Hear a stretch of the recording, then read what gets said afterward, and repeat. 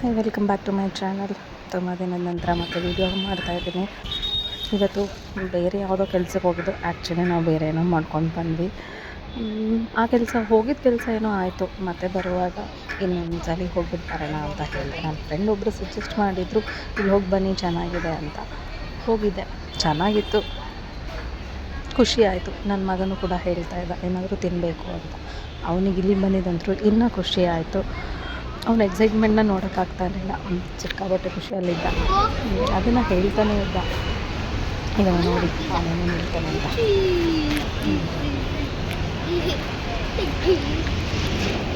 Full ಹ್ಯಾಪಿಯಾಗೇನೋ ಇದ್ದ.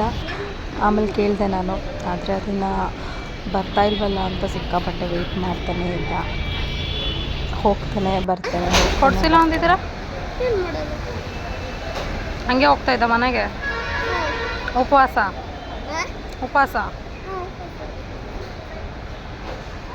ಹ್ಯಾಪಿನಾ?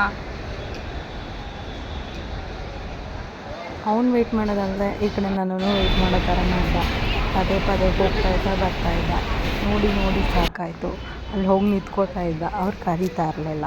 ಅವ್ರ ಅಪ್ಪನೂ ಅಷ್ಟೇ, ಅವನನ್ನು ನೋಡ್ಕೊಂಡು ನಿಂತ್ಕೊಂಡಿದ್ರು. ಅಲ್ಲಿ ಆ ನಂಬರ್ ಕೊಟ್ಟಿರ್ತಾರೆ, ಆ ನಂಬರ್ಗೆ ಹೋಗಿದಾಗ ನಾವು ಹೋಗಿ ರಿಸೀವ್ ಮಾಡ್ಕೋಬೇಕು. ಆ ಥರ ಹೋಗಿ ನಿಂತ್ಕೊಂಡಿದ್ದ. ಇವಾಗ ನೋಡಿ ಅವ್ರು ಕರೀತಾರೆ, ಅವ್ನ ರಿಯಾಕ್ಷನ್ ಎಷ್ಟು ಚೆನ್ನಾಗಿದೆ. ಹೋಗಿ ಈಸ್ಕೊಂಡು ಬಂದು ರಿಯಾಕ್ಷನ್ ಕೊಡ್ತಾನೆ. ಅದನ್ನು ತಿನ್ನೋವರೆಗೂ ಅವನಿಗೆ ಸಮಾಧಾನ ಇಲ್ಲ. ಇವಾಗೇ ತಿನ್ಬಿಡಬೇಕು. ಅವ್ರ ಅಪ್ಪ ಹೇಳ್ತಾಯಿದ್ರು ಮನೆಗೆ ಹೋಗಿ ತಿನ್ನೋಣ ಅಂತ.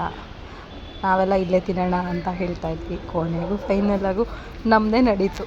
ನಾವು ಹೇಳ್ದಂಗೆ ಅಲ್ಲೇ ತಿಂದ್ವಿ. ಬಿಸಿ ತಿಂದ್ರೇ ಚೆಂದ ಅಲ್ವಾ? ಅದನ್ನು ಮನೆಗೆ ಎತ್ಕೊಂಡೋಗಿ ಅಷ್ಟರಲ್ಲಿ ತಣ್ಣಗಾಗಿರುತ್ತೆ. ಅದನ್ನು ತಿಂದ್ಕೊಂಡು ಅದ್ರ ಟೇಸ್ಟ್ ಎಲ್ಲ ಹೋಗಿಬಿಡುತ್ತೆ ಅಂತ ನನಗನ್ಸುತ್ತೆ, ಗೊತ್ತಿಲ್ಲ. ಆಮೇಲೆ ಫೈನಲಾಗಿ ಅಲ್ಲೇ ತಿಂದ್ಕೊಂಡು ಹೊಟ್ಟೆ ತುಂಬ ಆಮೇಲೆ ಮನೆ ಕಡೆಗೆ ಬಂದ್ವಿ. ನೋಡಿ ನನ್ನ ಮಗ ಇವಾಗ ಅವಸರ ತಿನ್ನೋದಕ್ಕೆ. ಓಪನ್ ಮಾಡೋ ಅಷ್ಟು ಪೇಷನ್ಸ್ ಕೂಡ ಅವನಿಗಿಲ್ಲ.